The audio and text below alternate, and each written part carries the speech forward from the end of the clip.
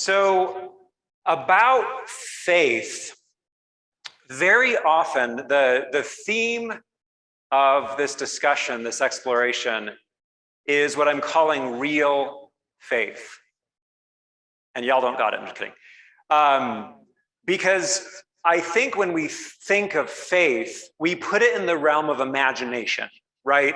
We're affirming divine order, like this is the basic unity principle, or part of it is that we affirm divine order, we keep it in mind, and by keeping divine order in mind, we realize that in the real world, we bring the real world into alignment with divine order, right? That's the whole point.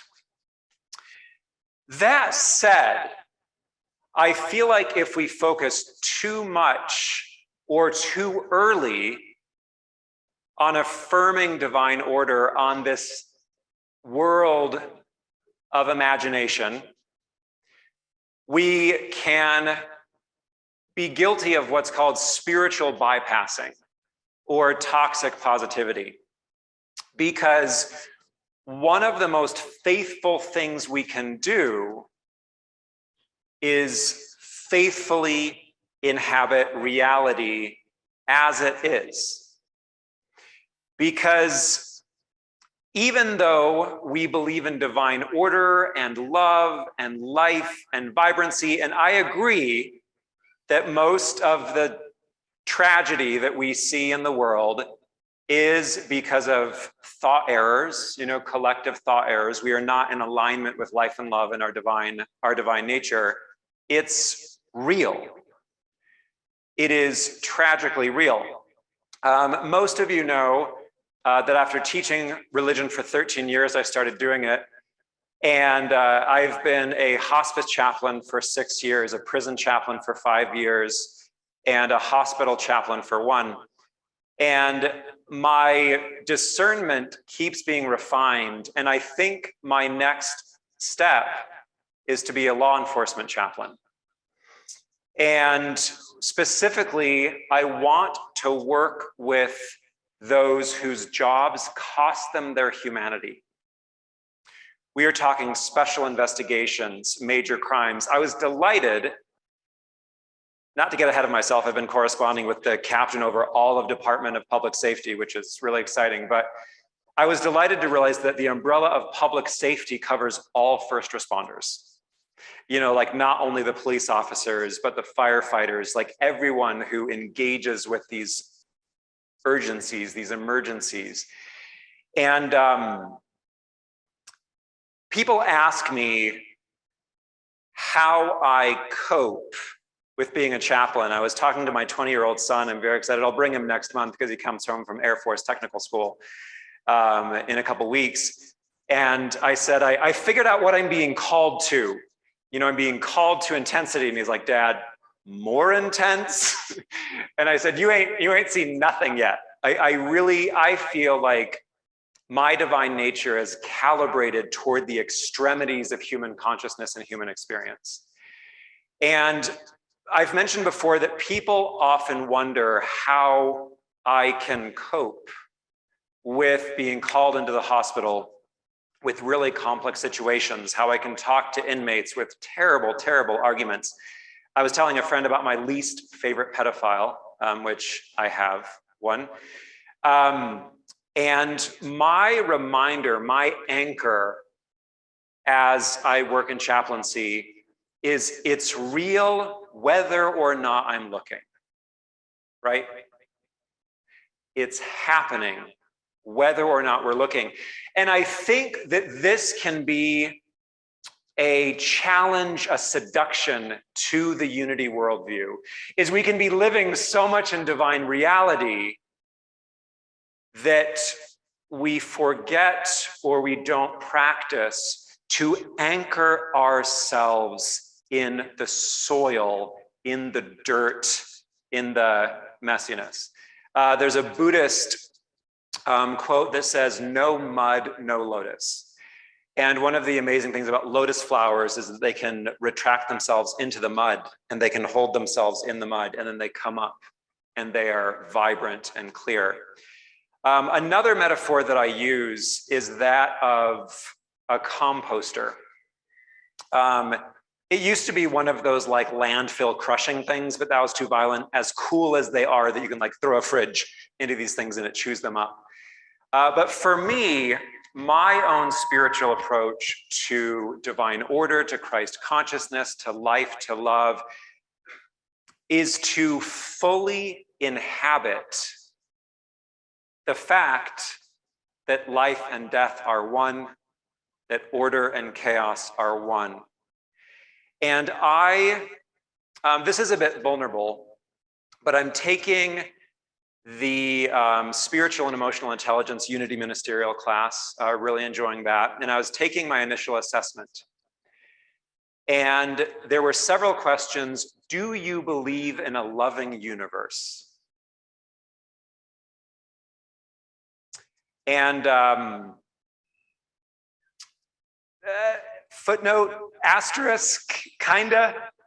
I believe in a universe that allows for love.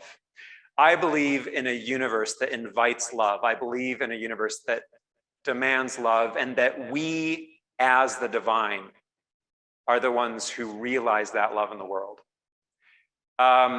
Just being authentic, I don't really believe in this like overwhelming, divine, loving force that will inevitably make everything okay. But for me, that's empowering. This is my approach to unity, you know, like, but for me, I think that this is very, very powerful. And not only is it powerful, it aligns with the world as we experience it. Troy asked me whether I was going to bring up Reverend Dr. Martin Luther King. And what's the first thing when you think about MLK? What speech? I have a dream. So good. So good. And like it's in the collective consciousness in this beautiful way. But what most of us don't know is the letter from Birmingham jail. And what we don't know is that in other conversations, in other sermons, he nuanced and balanced and grounded his "How I Have a Dream" speech. Really quick, two quotes, and then we'll talk about it. So he said, well, first, this is the letter from the Birmingham jail. He says, I must make two honest confessions to you, my Christian and Jewish brothers. First, I must confess that over the past few years, I have been gravely disappointed by the white moderate.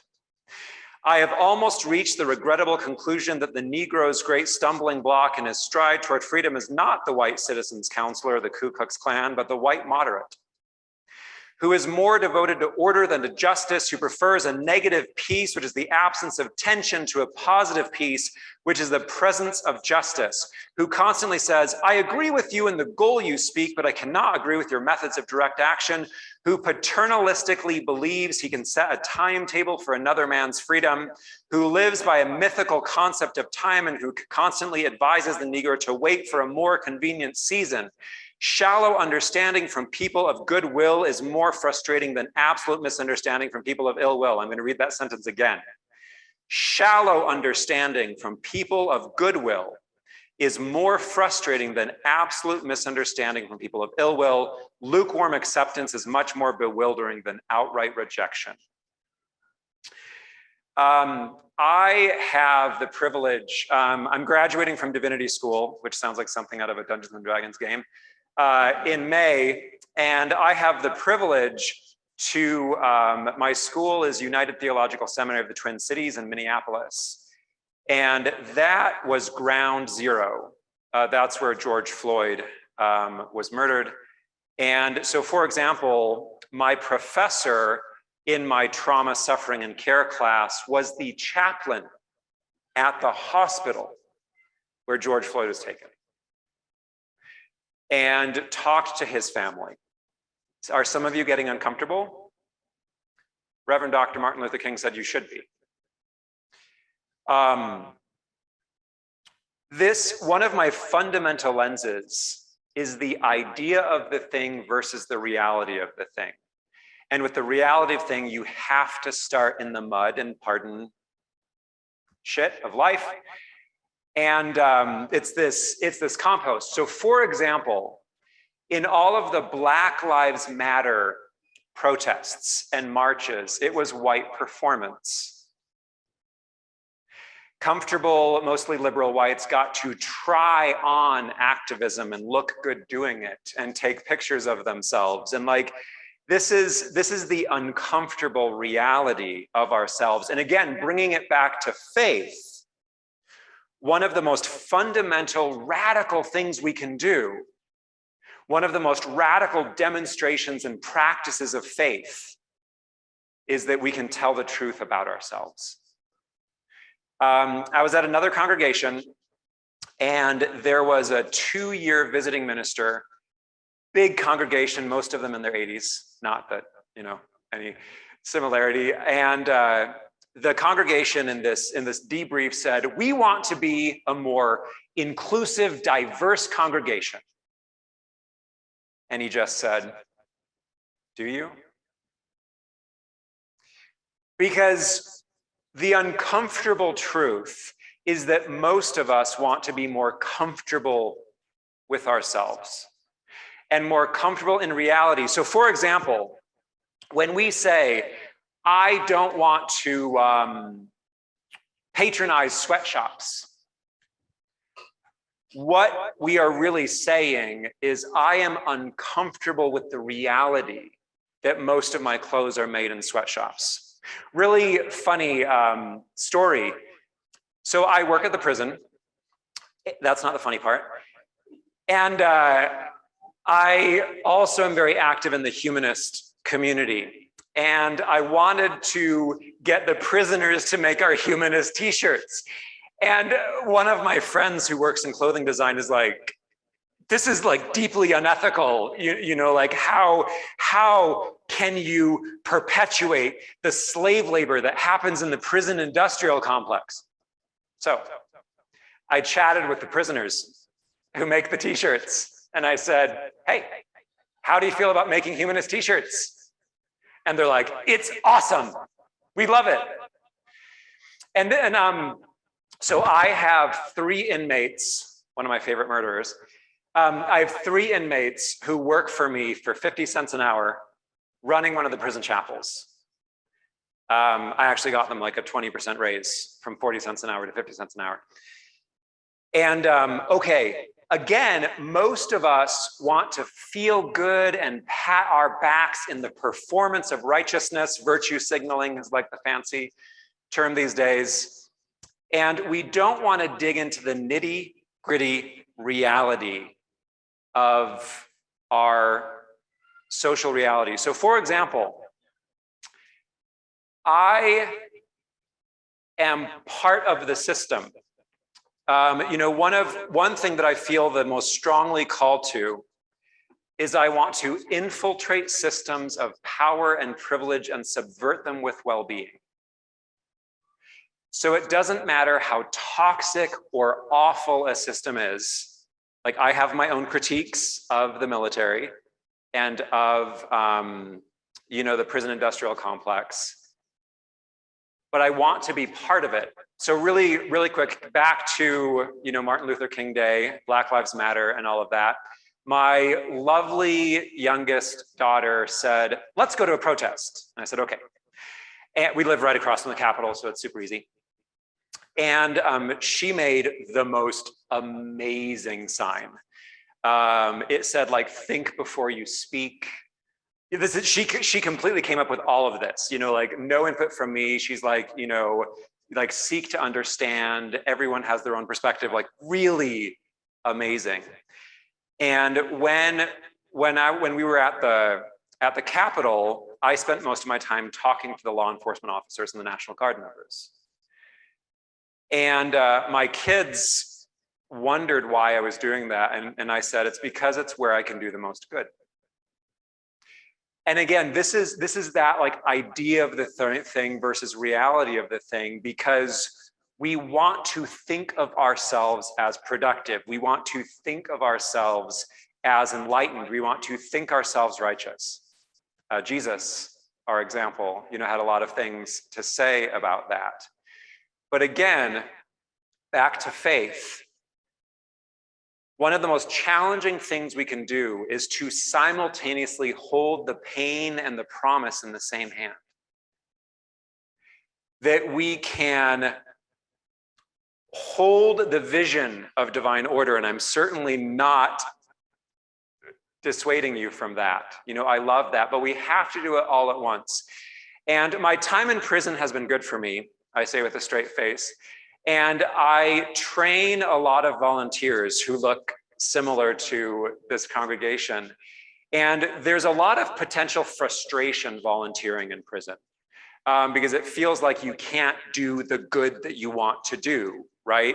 One of my favorite stories is a volunteer said, an inmate asked me to help him learn to read. Can I? And I said no, because I hate books. I'm just kidding. I said, no, but what you can do is set up a literacy program that is open to all inmates. Like there are very important differences going on. I call prison life skills with catastrophic consequences. And like there is a really, really big difference.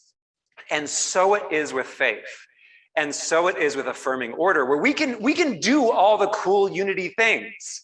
We can affirm love and life and order.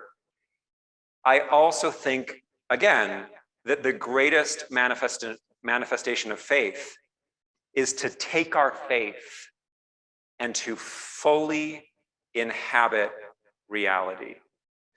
As I've been doing my chaplain training, this is very counterintuitive and seems paradoxical, but in my training, we would evaluate each other's work, and we would playfully talk about the feel-good fairies and the fix-it fairies, right?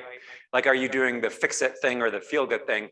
And on the surface, people will be like, well, but don't you want people to feel good? Don't you want to fix things? I mean, yeah, but the first step to fixing things is to do nothing. Lars in The Real Girl talks about this. The book of Job talks about this, where the book of Job is mostly a conversation between Job's friends who don't know what he's going through, giving him bad advice. And he finally calls God to court, which is pretty great. But the good example is his friends just sit with him. And this is the faithful thing to do. Being faithful enough to say, I know that this is going to be okay.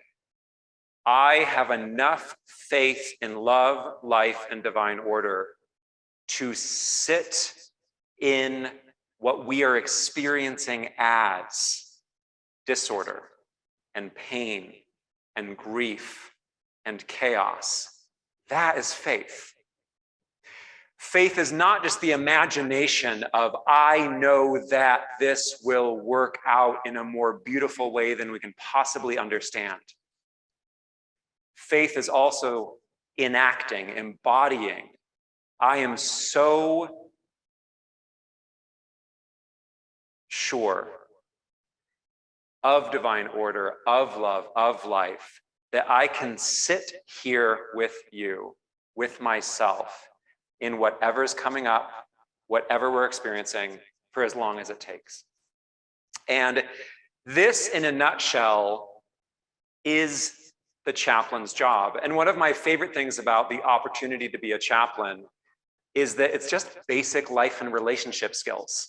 Like, I call myself a professional, decent human being, because this is stuff that we all should be doing. And so here's my template for grief work.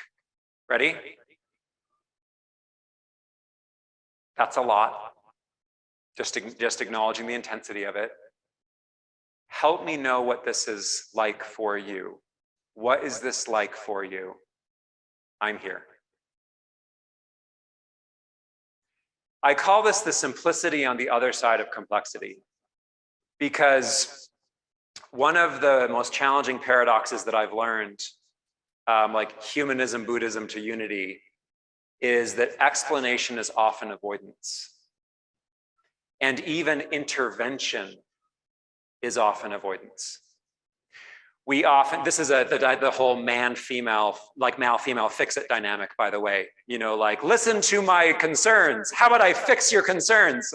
You're not listening. And very often things need to be fixed. But again, it's that order of operations. And again, the most powerful thing that we can do is simultaneously hold the faith to fully inhabit reality exactly as it is. I call this redeemed reality.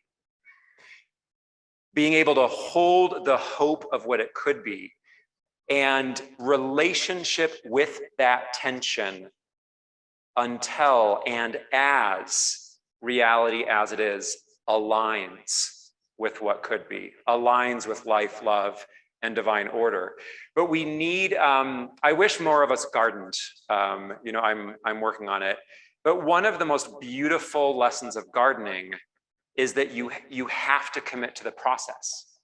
You can't shortcut it. You can't like rip it up by the roots. I mean, you can. And like, what are you? I love the analogy, this organic analogy of scattering the seeds, you know, that parable of the sower, and not knowing what the seeds are. And then you nurture and nurture and nurture, you care for the soil, you water, you are in tune with the sunlight. And then as you learn what's a weed and what's a plant, like, oh, like that's a bean, and you know, that's a butternut squash. And you know, and then you care for them as they are. And that's what practicing in faith is. I need to get this on a mug. I'll bring bring some when I finish them. But the way I summarize it, and this is actually an improvement of the Serenity Prayer. I've mentioned this before. So the Serenity Prayer, as probably all of us know, is grant me the serenity to accept the things I cannot change, courage to accept the things I can, and the wisdom to know the difference, right? But the problem with the Serenity Prayer, with respect, is that it perpetuates a can-can't binary. Whereas the actual relationship we mostly have with reality is one of courageous, exhausting, painful tension. That wall between can-can't. Because like, as we push on the wall, as we affirm divine order with faith, and then as we live in what is with faith, we are invited to inhabit the tension. And I will admit that as I do this, it is incredibly painful. It hurts to root and anchor our idealism, which is why most of us prefer to like live in the la la land, you know, of like very, very nice thoughts and platitudes. But I think that this is the most beautiful and powerful practice of faith. As we, you know, think outside the box, we affirm divine order, but then we work within the damn box. You know, we live with love and life and affirmation into reality as is. And then we, with courageous and loving effort, align reality and facilitate the divine organic process of that love, life, and alignment. And then we let God work through us with reality and power. Thank you.